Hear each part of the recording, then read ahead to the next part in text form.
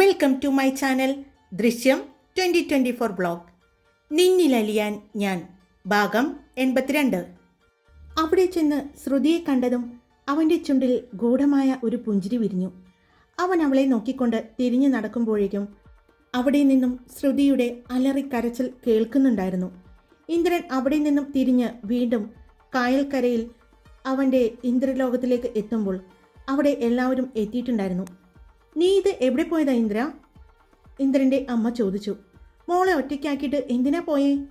വീണ്ടും അമ്മ ചോദിച്ചു. ഞാൻ ഇവിടെ ആളെ നോക്കാൻ ഏൽപ്പിച്ചിട്ടാണല്ലോ പോയത്.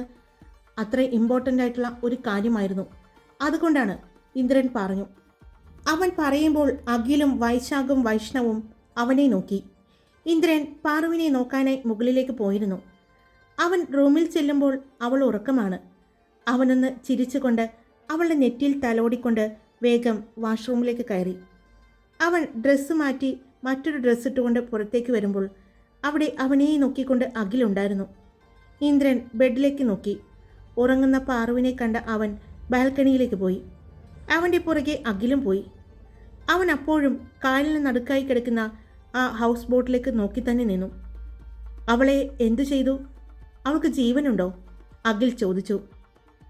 അവൾക്ക് കുഴപ്പമൊന്നുമില്ല, പക്ഷേ ഇനി അങ്ങോട്ട് കുറച്ച് മാറ്റങ്ങൾ ജീവിതത്തിലുണ്ടാകും എന്ന് മാത്രം, ഇന്ദ്രൻ പറഞ്ഞു.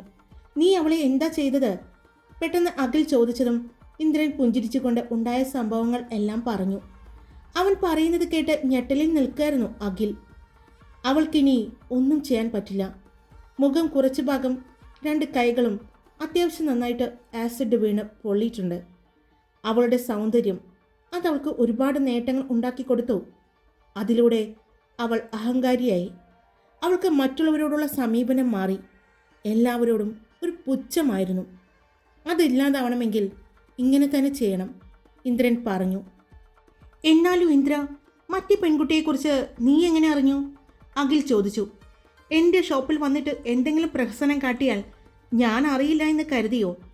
അത് മാത്രമല്ല, പാറുവിൻ്റെ മുന്നിലും പിന്നിലും ഒരുപാട് ബോഡി ഗാർഡ്സ് ഉണ്ട്, അവൾക്ക് പോലും അറിയാതെ അവളെ നിരീക്ഷിച്ചുകൊണ്ട്. അതുകൊണ്ട് ഇവളുടെ പ്രകടനമെല്ലാം അവർ ശ്രദ്ധിക്കുന്നുണ്ടായിരുന്നു. അതിൻ്റെ വീഡിയോ എനിക്ക് മൊബൈലിൽ കിട്ടുകയും ചെയ്തു. അങ്ങനെയാണ് ഇക്കാര്യം ഞാൻ അറിഞ്ഞത്, ഇന്ദ്രൻ പറഞ്ഞു. എന്തായാലും നിന്റെ വിവാഹം നടക്കാൻ പോവുകയാണ്. അതിനിടയ്ക്ക് ഇങ്ങനെയുള്ള കാര്യങ്ങളിലൊന്നും ഇടപെടാൻ നിൽക്കണ്ട, അഖിൽ. ഇന്ദ്രൻ പറഞ്ഞതും അഖിൽ അവനെ കൂർപ്പിച്ചു നോക്കി. നീ എന്താ ഉദ്ദേശിക്കുന്നത്? അപ്പോൾ ഞാൻ അറിയാത്ത എന്തോ പണി നീ ഒപ്പിക്കാൻ പോകുന്നുണ്ട് അല്ലേ? അഖിൽ ചോദിച്ചു. അങ്ങനെ ചോദിച്ചാൽ ഇനി നേരിടാൻ പോകുന്നത് അലോകിനെയും അലങ്കൃതയും കാശിയുമാണ്. അപ്പോൾ വളരെ ശ്രദ്ധിച്ച് കൈകാര്യം ചെയ്യേണ്ടവരാണ്. അതുകൊണ്ട് എന്ത് വന്നാലും നിന്റെ കൂടെ ഞങ്ങളുണ്ടാകും, അഖിൽ പറഞ്ഞു. അതിന് ഇന്ദ്രൻ ഒന്ന് പുഞ്ചിരിക്കുക മാത്രമാണ് ചെയ്തത്. അവർ എല്ലാവരും താഴെ ഡ്രസ്സുകളുടെ കാര്യങ്ങളും നാളെ എടുക്കാൻ പോകുന്ന ഓർണമെൻറ്റ്സിൻ്റെ ഡിസൈനെക്കുറിച്ചും സംസാരിച്ചു കൊണ്ടിരിക്കുമ്പോഴാണ് ഇന്ദ്രൻ പാർവതിയും കൊണ്ടുവരുന്നത്. നല്ല ആളാ, എത്ര നേരമായി ഉറങ്ങുന്നു? ഈ സമയത്ത് ഒരുപാട് ഉറങ്ങാനൊന്നും പാടില്ല, വൈശാഖ് പറഞ്ഞതും. അറിയില്ല ഏട്ടാ, ഇന്ന് ഒരുപാട് നടന്നത് കൊണ്ടാണെന്ന് തോന്നുന്നു, നല്ല ക്ഷീണം തോന്നി, അങ്ങനെ ഉറങ്ങിപ്പോയതാ, പാർവതി പറഞ്ഞു. പിന്നീട് അവരെല്ലാവരും കൂടി ഒരുമിച്ച് സംസാരിച്ചു കൊണ്ടിരിക്കുമ്പോഴാണ് ഇന്ദ്രന് ഒരു ഫോൺ വന്ന് അവൻ എഴുന്നേറ്റ് പോകുന്നത്. എന്നാൽ ഇതേ സമയം ശ്രുതിയുടെ അവസ്ഥ അറിഞ്ഞ് വീട്ടുകാരെല്ലാം ഹോസ്പിറ്റലിലെത്തി. അവളോട് എന്താണ് സംഭവിച്ചത് എന്ന് ചോദിച്ചു. ആരാണ് അത് ചെയ്തതെന്ന് ചോദിച്ചിട്ട് അവൾ ഇന്ദ്രൻ്റെ പേര് പറഞ്ഞില്ല. ആരാണെന്നറിയില്ല, മറഞ്ഞു നിന്നായിരുന്നു ആക്രമണം എന്ന് മാത്രം പറഞ്ഞു. കാരണം ഇന്ദ്രൻ്റെ പേര് അവിടെ പറഞ്ഞ അവളുടെ ശരീരം മുഴുവനും ആസിഡ് ഒഴിക്കുമെന്നുള്ള ഒരു ഭീഷണി ഉണ്ടായിരുന്നു. ഇപ്പോഴുള്ള അവസ്ഥയിൽ അവൾക്ക് നല്ല വേദനയും സങ്കടവും എല്ലാം തോന്നിയിരുന്നു. പാർവതിയുടെ പുറകെ ഇറങ്ങിത്തിരിക്കാൻ പോയ ആ നിമിഷത്തെ ഓർത്ത് അവൾക്ക് വല്ലാത്ത ദേഷ്യവും സങ്കടവും തോന്നി. ഏട്ടന്മാർ എല്ലാവരും മാറി മാറി ചോദിച്ചിട്ടും അവൾ ഈ കാരണം തന്നെ പറഞ്ഞു. ഒരു കാരണവശാലും ഇന്ദ്രൻ്റെ പേര് പറയില്ല എന്ന് അവൾ ഉറപ്പിച്ചു. മറ്റേ പെൺകുട്ടിയുടെ അവസ്ഥയും അതുപോലെ അല്ലെങ്കിൽ മറ്റൊരവസ്ഥയിൽ ദയനീയമായിരുന്നു. ആ കുട്ടിയുടെ കേൾവിയും സംസാരിക്കാനുള്ള കഴിവും നഷ്ടമായിരിക്കുന്നു. തൻ്റെ പെണ്ണിന് നേരെ ചെറിയൊരു കുറ്റപ്പെടുത്തൽ പോലും നടത്തിയവരെ വെറുതെ വിടാൻ ഇന്ദ്രൻ തയ്യാറായിരുന്നില്ല. പിറ്റേ ദിവസം എല്ലാവരും ഓർണമെൻറ്റ്സ് എടുക്കാനായിട്ടാണ് പോയത്. പാർവതിയോട് എന്തെങ്കിലും എടുത്തുകൊള്ളാൻ പറഞ്ഞിട്ട് പോലും അവൾ സമ്മതിച്ചില്ല. ആവശ്യത്തിൽ കൂടുതലുണ്ട്, ഇനിയും വേണ്ട എന്ന് പറഞ്ഞു. അവൾ വാശി പിടിച്ചെങ്കിലും ഇന്ദ്രൻ അവൾക്കായി ആ ഷോപ്പിലെ ഏറ്റവും പുതിയ കളക്ഷൻ തന്നെയാണ് സെലക്ട് ചെയ്തത്. എന്തിനാ ഇന്ദ്രേട്ടാ, എനിക്ക് ഉണ്ടല്ലോ, ഞാൻ പറഞ്ഞല്ലോ, ഇതിപ്പോൾ ആവശ്യത്തിന് അത്യാവശ്യ സമയങ്ങൾ വല്ലപ്പോഴും പുറത്തേക്ക് പോകുമ്പോൾ മാത്രമാണ് ഇടാറ്. എപ്പോഴൊന്നും ഇങ്ങനെ ഇട്ടുകൊണ്ട് നടക്കുന്നില്ലല്ലോ. ഒരാൾക്ക് എന്തിനാ ഇത്രയധികം ആഭരണങ്ങൾ? ഞാൻ കൊണ്ടുവന്നിട്ടുണ്ട് നാട്ടിലേക്ക് വന്നപ്പോൾ. പിന്നെ എന്തിനാ ഇന്ദ്രേട്ടാ? പാറു, ഞാൻ കണ്ടായിരുന്നു. പക്ഷേ ഇത് അങ്ങനെയല്ലല്ലോ. സ്വന്തം ചേച്ചിയുടെയും കൂട്ടുകാരികളുടെയും വിവാഹമാണ്. അതിന് ആർഭാടത്തിൽ അണിഞ്ഞൊരുങ്ങി വേണം എൻ്റെ പെണ്ണ് നിൽക്കാൻ, ഇന്ദ്രൻ പറഞ്ഞു. എന്ത് പറഞ്ഞിട്ടും കാര്യമില്ലെന്ന് മനസ്സിലായ പാർവതി പിന്നെ ഒന്നും അവനോട് പറയാൻ പോയില്ല. അവർ ജ്വല്ലറി പർച്ചേസിംഗ് നടത്തിക്കൊണ്ടിരിക്കുമ്പോഴാണ് അങ്ങോട്ട് കാശിയും അമ്മയും വരുന്നത്. അവിടെ കാശിയെയും അമ്മയെയും കണ്ടതും ആർക്കും ഒന്നും സംസാരിക്കാൻ തോന്നിയില്ല. അതുകൊണ്ട് തന്നെ ആരും അവരോട് ഒന്നും മിണ്ടിയതുമില്ല. ലക്ഷ്മിക്കുള്ള ആഭരണങ്ങളെല്ലാം എടുത്ത് അവളെ അതെല്ലാം അവിടെ വെച്ച് തന്നെ ഇട്ടു നോക്കിക്കൊണ്ടിരിക്കുമ്പോഴാണ് അവരുടെ പുറകിൽ കാശിയുടെ അമ്മ വന്നത്. കല്യാണമായിട്ട് ഞങ്ങളെ വിളിക്കുന്നില്ലേ നിങ്ങൾ? ലക്ഷ്മിയുടെ അടുത്തു നിന്ന് അവളുടെ അമ്മയോട് കാശിയുടെ അമ്മ ചോദിച്ചു. ഞങ്ങൾ അന്ന് വന്നപ്പോൾ വിളിച്ചായിരുന്നല്ലോ, അവർ പറഞ്ഞു. അങ്ങനെയാണ് വിളിക്കുന്നത്? അതൊരു വിളിയായിട്ട് ഞങ്ങൾക്ക് തോന്നിയില്ല. ദേ, ഇവിടെ മൂത്ത ഏട്ടനുണ്ടല്ലോ, അവർ പോലും അവരുടെ മകൻ്റെ വിവാഹത്തിന് വരണമെന്നോ എന്നാണ് വിവാഹമെന്നോ ഒന്നും പറഞ്ഞിട്ടില്ല. ഞങ്ങൾ എന്ത് തെറ്റാണ് അതിന് നിങ്ങളോട് ചെയ്തത്? നിങ്ങളുടെ മകൾ പാർവതിയെ വിവാഹം ആലോചിച്ചു. അവൾ ആരോടും പറയാതെ, നിങ്ങളോട് പോലും പറയാതെ വിവാഹം കഴിച്ചു. അതിന് ഞങ്ങളുടെ ഭാഗത്ത് എന്താ തെറ്റ്? അതിൻ്റെ പേരിൽ ഞങ്ങളോട് മിണ്ടാതിരുന്നിട്ട് എന്താണ് കാര്യം? കാശിയുടെ അമ്മ ചോദിച്ചു. അത് മാത്രമാണോ കാര്യമെന്ന് നീയൊന്ന് ആലോചിച്ച് നോക്ക്, അവരുടെ അടുത്തേക്ക് വന്നുകൊണ്ട് വൈശാഖിൻ്റെ അമ്മ പറഞ്ഞു. അതെന്താ ഏട്ടത്തി അങ്ങനൊരു പറച്ചിൽ? ഞങ്ങളൊന്നും അറിഞ്ഞിട്ടില്ല എന്നാണോ നിന്റെ വിചാരം? ഞങ്ങൾക്ക് എല്ലാം അറിയാം. നീ എന്താണ്, നിന്റെ ഈ മകൻ എന്താണ്, എല്ലാം അറിഞ്ഞു തന്നെയാ ഞങ്ങളിവിടെ നിൽക്കുന്നത്. നിന്റെ മകൻ പാറുമോളോടുള്ള ഇഷ്ടം കൊണ്ടല്ല വിവാഹത്തിന് സമ്മതിച്ചതെന്ന് ഞങ്ങൾക്ക് നന്നായിട്ടറിയാം. നമ്മുടെ ആയുർവേദ റിസോർട്ട് അതായിരുന്നു നിങ്ങളുടെ ആവശ്യമെന്ന് ഞങ്ങളിപ്പോൾ തിരിച്ചറിഞ്ഞു കഴിഞ്ഞു. അതുകൊണ്ട് ഒരുപാട് ഇനി നീ അഭിനയിക്കേണ്ട. അതിനി ആർക്കും കിട്ടില്ല. അത് സുരക്ഷിതമായ കൈകളിൽ തന്നെ എത്തിയിരിക്കുന്നത്. ഇന്ദ്രൻ മോൻ്റെ കയ്യിൽ നിന്ന് അത് വാങ്ങാനുള്ള ചങ്കൂറ്റുണ്ടെങ്കിൽ നീ വാങ്ങിക്കോ, ഒരു പുച്ഛത്തോടെ വൈശാഖിൻ്റെ അമ്മ പറഞ്ഞുകൊണ്ട് കൈകെട്ടി അവർക്ക് മുന്നിൽ നിന്നു. അവരെ നോക്കി തന്നെ. പിന്നെ എന്തു വന്നാലും നഷ്ടം മുഴുവനും നിനക്കായിരിക്കും. അത് ഓർക്കണം. ഞങ്ങൾക്ക് പണമോ സ്വത്തോ ഒന്നും വേണ്ട. പക്ഷേ അതിനേക്കാളെല്ലാം ബലം അല്ലെങ്കിൽ ഭാഗ്യം ഞങ്ങൾക്കുണ്ട്. എന്താണെന്നല്ലേ? നീ അങ്ങോട്ട് നോക്ക്. ആ കാണുന്ന കുടുംബം, അത്രയും ആളുകൾ ഞങ്ങളുടെ കൂടെ തന്നെയുണ്ട്. അതെല്ലാം ഞങ്ങൾക്ക് തന്നത് ഞങ്ങളുടെ ഈ മോളാണ് എന്ന് പറഞ്ഞ് അങ്ങോട്ട് നടന്നു വരുന്ന പാർവതിയെ കാണിച്ചുകൊണ്ട് വൈശാഖിൻ്റെ അമ്മ പറഞ്ഞു. കാശി ഒരു നിമിഷം പാർവതിയെ നോക്കി നിന്നുപോയി. അത്രയും ഭംഗിയുണ്ടായിരുന്നു അവളെ കാണാൻ. അവൾ ഒരു ഗ്രീൻ ആൻഡ് റെഡ് കോമ്പിനേഷൻ വരുന്ന ഒരു സാരിയായിരുന്നു ഉടുത്തിരുന്നത്. കാശി കണ്ണുമ വെട്ടാതെ അവളെ തന്നെ നോക്കി നിന്നു. അപ്പോഴാണ് അവളുടെ അടുത്ത് ഇന്ദ്രൻ വന്ന് ചേർന്ന് നിന്നത്. ഇന്ദ്രൻ്റെ കണ്ണുകൾ അവളെ നോക്കിക്കൊണ്ടിരുന്ന കാശിയിലായിരുന്നു. അത് കണ്ടതും വൈശാഖും വൈഷ്ണവും തലയിൽ കൈവച്ചുകൊണ്ട് നിന്നു. അവൻ്റെ കണ്ണിൻ്റെ കാര്യത്തിൽ തീരുമാനമായി എന്നാ തോന്നുന്നത്, അഖിൽ പറഞ്ഞു. കുറേ പ്രാവശ്യം മുന്നറിയിപ്പ് കൊടുത്തതല്ലേ, എന്നിട്ടും കേൾക്കാതെ അവൻ വീണ്ടും വീണ്ടും തെറ്റുകൾ ചെയ്യുകയാണെങ്കിൽ അനുഭവിക്കട്ടെ. അതിൽ കൂടുതലൊന്നും നമുക്ക് പറയാനില്ല, വൈഷ്ണവ് പറഞ്ഞു. അപ്പോഴേക്കും ഇന്ദ്രൻ പാർവതിയെ ചേർത്ത് പിടിച്ച് അവരുടെ അടുത്തേക്ക് എത്തിയിരുന്നു. പാർവതി കാശിയെയും അവൻ്റെ അമ്മയെയും ഒന്ന് നോക്കി ചെറുതായി ഒന്ന് പുഞ്ചിരിച്ചുവെങ്കിലും അവരുടെ മുഖത്ത് ഒരു പുഞ്ചിരി പോലും ഉണ്ടായിരുന്നില്ല. എന്നാൽ ഇന്ദ്രജിത്തിനെ കണ്ട കാശിയുടെയും അമ്മയുടെയും മുഖത്ത് ചെറിയൊരു പരിഭ്രമം ഉണ്ടായിരുന്നു. സുഖാണോ കാശിയേട്ടാ? പാർവതി ചോദിച്ചു. അതിന് അവൻ ചെറുതായി ഒന്ന് മൂളി. പിന്നെ അവിടെ നിന്നും നടക്കാൻ പോയതും ഒന്ന് നിന്നേ, ഇന്ദ്രൻ വിളിച്ചതും അമ്മയും മകനും അവിടെ തന്നെ നിന്നു. ഇന്ദ്രൻ എല്ലാവരെയും ഒന്ന് നോക്കി. അവൻ്റെ നോട്ടം മനസ്സിലായതും എല്ലാവരും അവിടെ നിന്നും മാറിപ്പോയി. പാറു, നീ കൂടി പോയിക്കോ, ഇന്ദ്രൻ പറഞ്ഞതും പാറു അവിടെ നിന്ന് മാറിപ്പോകാൻ പോയതും ദാ അവിടെയുള്ള സോഫയിൽ ഇരുന്നാൽ മതി, ഇന്ദ്രൻ പറഞ്ഞു. നിനക്ക് ഞാൻ ഇതുവരെ വാണിംഗ് ഒന്നും തന്നിട്ടില്ല. പക്ഷേ എൻ്റെ പെണ്ണിന് വേണ്ടി ഞാൻ നിനക്കൊരു വാണിംഗ് തരികയാണ്. നീ എൻ്റെ ശത്രുവാണ്. എങ്ങനെയാണെന്ന് നിനക്കറിയാലോ. ആ ശത്രുത ചിലപ്പോൾ നിനക്ക് നല്ലതിനാവില്ല. അതുകൊണ്ട് പറയുകയാണ്, ഇപ്പോൾ നിന്റെ കൂടെ കൂടിയിരിക്കുന്ന അലോകും അലങ്കൃതയ്ക്കും നഷ്ടപ്പെടാനൊന്നുമില്ല. നിന്നെ കൂട്ടുപിടിച്ച് അവർ ഈ കളത്തിലേക്ക് ഇറങ്ങിയിട്ടുണ്ടെങ്കിൽ അത് എന്നെ കണ്ടുകൊണ്ട് മാത്രമാണ്. അവിടേക്ക് നിന്നെ ഒരു ആയുധമാക്കി കണ്ടു എന്ന് മാത്രം. അവരുടെ കെണിയിൽ വീഴാതിരുന്നാൽ നിന്റെ ആയുസ്സിന് കുറച്ചുകൂടി നീളം കൂട്ടിക്കിട്ടും. ഇല്ലെങ്കിൽ നിന്റെ അച്ഛനും അമ്മയ്ക്കും നിന്നെ ഓർത്ത് വിഷമിക്കേണ്ടി വരും. ഇത് പറയുന്നത് ഇന്ദ്രജിത്ത് ലോകനാഥനാണ്, മറക്കണ്ട. ഇന്ദ്രൻ പറഞ്ഞുകൊണ്ട് അവിടെ നിന്ന് പാറുവിൻ്റെ അടുത്തേക്ക് പോയി. അന്നും അവിടുത്തെ പർച്ചേസിംഗ് എല്ലാം കഴിഞ്ഞ് വീട്ടിലേക്ക് ചെന്നു. ഇന്ദ്രൻ പാർവതിയെയും കൊണ്ട് അന്ന് നടക്കാനായി ഇറങ്ങി. അവളെയും ചേർത്ത് പിടിച്ച് നടക്കുമ്പോഴാണ് ഇന്ദ്രൻ്റെ കണ്ണുകൾ കുറച്ച് മാറിക്കിടക്കുന്ന ഒരു വണ്ടിയിൽ തങ്ങി നിന്നത്. 9 മണിയോടടുത്തായതുകൊണ്ട് തന്നെ മറൈൻ ഡ്രൈവിൽ തിരക്കുണ്ടായിരുന്നില്ല. അപ്പോഴാണ് കണ്ണിൽ കുറച്ച് മാറി പാർക്ക് ചെയ്തിരിക്കുന്ന ആ വണ്ടിയിലേക്ക് അവൻ ശ്രദ്ധ പോയത്. അവൻ സൂക്ഷിച്ചു നോക്കി. അവൻ അതിലേക്ക് നോക്കിക്കൊണ്ട് തന്നെ അവൻ്റെ ഫോണെടുത്ത് ഗാർഡ്സിനെ വിളിച്ചു.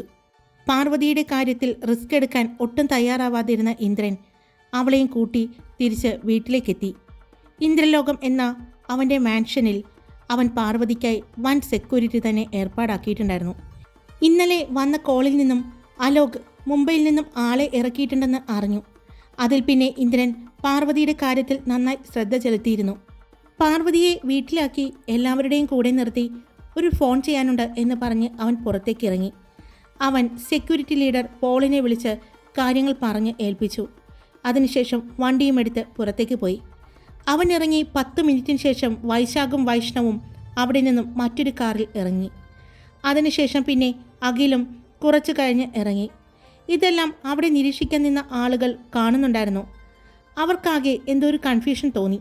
കാരണം ഈ സമയത്ത് ഒരിക്കലും ഇന്ദ്രൻ പാർവതിയെ വീട്ടിൽ ഒറ്റയ്ക്കാക്കിയിട്ട് അങ്ങനെ പോകില്ല എന്ന് അവൻ അറിയിച്ചതിനെ തുടർന്ന് അലോകും അലങ്കൃതയും പറഞ്ഞു.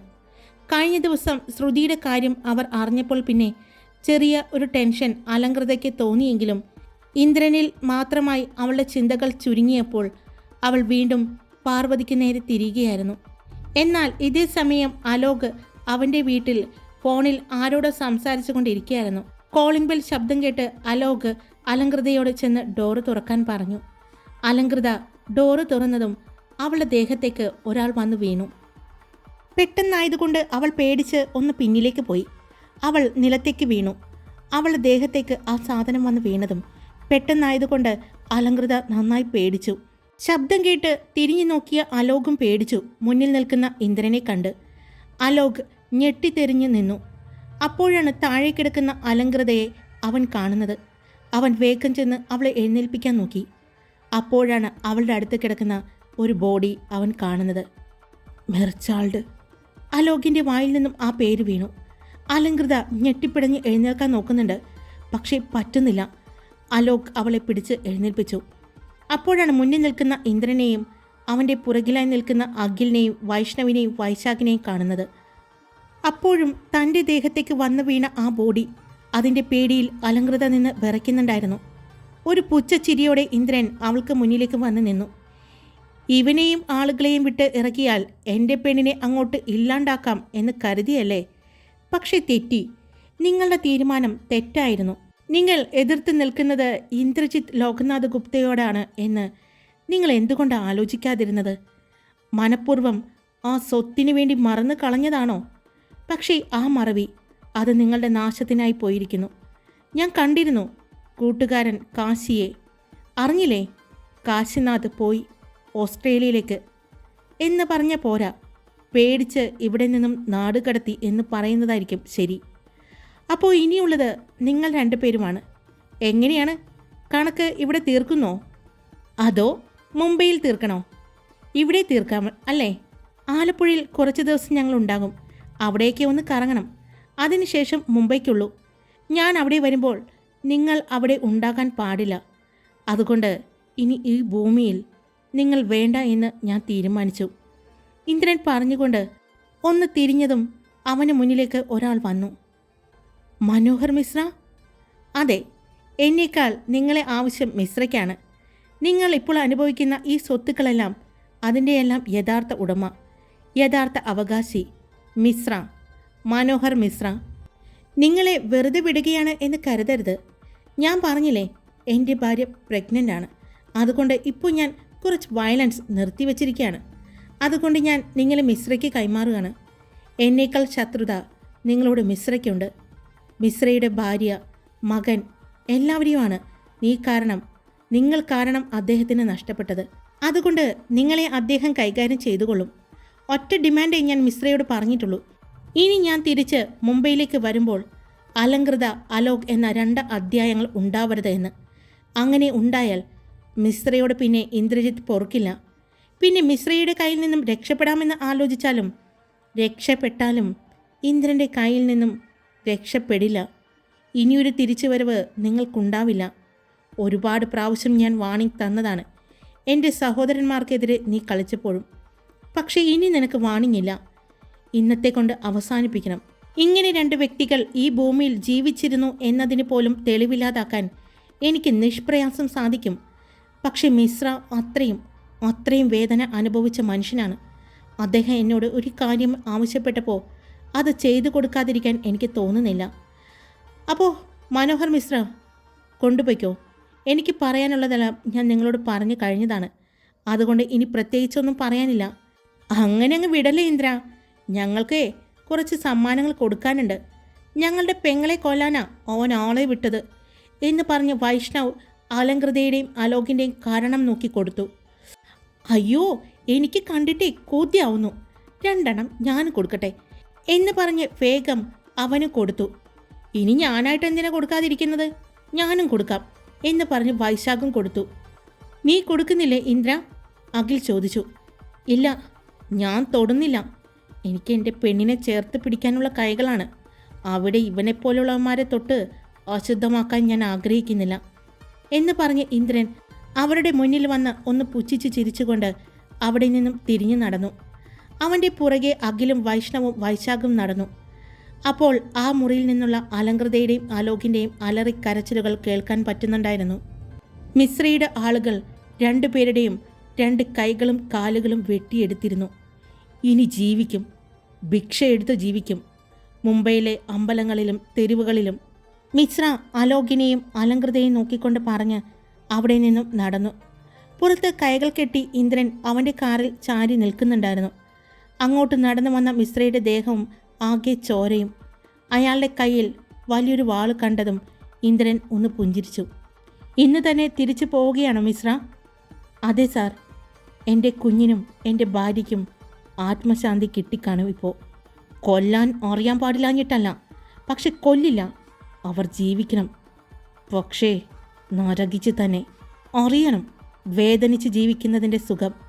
അയാൾ പറഞ്ഞതും ഇന്ദ്രൻ അയാളുടെ കയ്യിൽ തട്ടിക്കൊണ്ട് അവിടെ നിന്നും നടന്നു. ഇന്ദ്രലോകം എന്ന വീട്ടിലെത്തിയപ്പോൾ പാറു ദേഷ്യപ്പെട്ട് സോഫയിൽ ഇരിക്കുന്നുണ്ട്.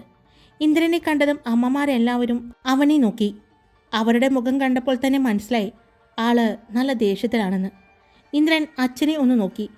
അച്ഛൻ ഒന്നും മിണ്ടുന്നില്ല എന്ന് ചുണ്ടിൽ വിരലുകൾ വെച്ച് കാണിച്ചു. ഹായ്, അപ്പോൾ എല്ലാവരും സുഖമായിട്ടിരിക്കുന്നോ? ഞാൻ സുഖമായിട്ടിരിക്കുന്നു. നിന്നിലലിയാൻ ഞാൻ എന്ന ഈ സ്റ്റോറി നാളെ അവസാനിക്കുകയാണ്. പ്രണയപൂർവ്വം നിനക്കായി ഞാൻ എന്ന ഗൗരിയുടെയും സണ്ണിയുടെയും കഥ കൊണ്ടുവരാൻ ഒരുപാട് പേര് പറഞ്ഞതേ പിന്നെ ഞാൻ നാളെ ഈ സ്റ്റോറി കഴിഞ്ഞതിന് ശേഷം കൊണ്ടുവരാൻ പോകുന്ന സ്റ്റോറിയാണ് പ്രണയപൂർവ്വം നിനക്കായി ഞാൻ. സണ്ണിയുടെയും ഗൗരിയുടെയും പ്രണയകഥ ഒരുപാട് ഞാൻ ഇഷ്ടപ്പെട്ട സ്റ്റോറിയാണ്. ഞാൻ ആ സ്റ്റോറി ചെയ്ത് കഴിഞ്ഞതിന് ശേഷം അതിൻ്റെ എല്ലാ ഭാഗങ്ങളും എഴുതിയതിന് ശേഷം അടുത്തൊരു സ്റ്റോറി തുടർന്നെങ്കിട്ടും ഈ 2 പേരും അറിയാതെ എൻ്റെ ആ സ്റ്റോറിയിൽ ആദ്യഘട്ടങ്ങളിലെല്ലാം വന്നുകൊണ്ടേയിരുന്നിരുന്നു. അത്രയും ഞാൻ ആ പേരിലും ആ സ്റ്റോറിയെയും ഇഷ്ടപ്പെട്ടിരുന്നു.